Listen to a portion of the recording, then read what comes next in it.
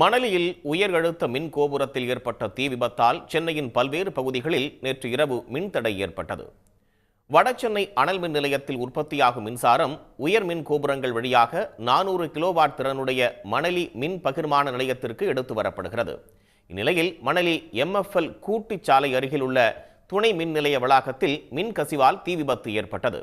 இதனால் வடசென்னையில் திருவொற்றியூர், ராயபுரம், மணலி, பெரம்பூர், வண்ணாரப்பேட்டை உள்ளிட்ட பகுதிகளிலும், மத்திய சென்னையில் அமைந்தகரை, கோடம்பாக்கம், எழும்பூர், நுங்கம்பாக்கம் உள்ளிட்ட பகுதிகளிலும் மின் தடை ஏற்பட்டது. சேப்பாக்கம், திருவல்லிக்கேணி, அண்ணா சாலை, தேனாம்பேட்டை உள்ளிட்ட பல்வேறு பகுதிகளிலும், புறநகர் பகுதிகளாக உள்ள பூந்தமல்லி, போரூர், மதுரவாயல், அம்பத்தூர், முகப்பேர் உள்ளிட்ட பகுதிகளிலும் மின்சாரம் துண்டிக்கப்பட்டது.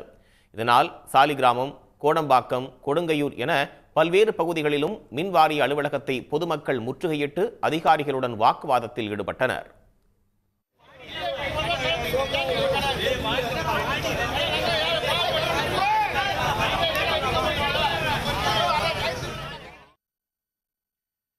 இதனிடையே சென்னை பூந்தமல்லி, போரூர் போன்ற புறநகர் பகுதிகளில் 1 மணி நேரத்தில் மின் விநியோகம் சீர் செய்யப்பட்டது. எனினும் சென்னையின் பல்வேறு பகுதிகளிலும் மின் விநியோக பாதிப்பு காரணமாக பொதுமக்கள் கடும் அவதிக்கு ஆளாகினர்.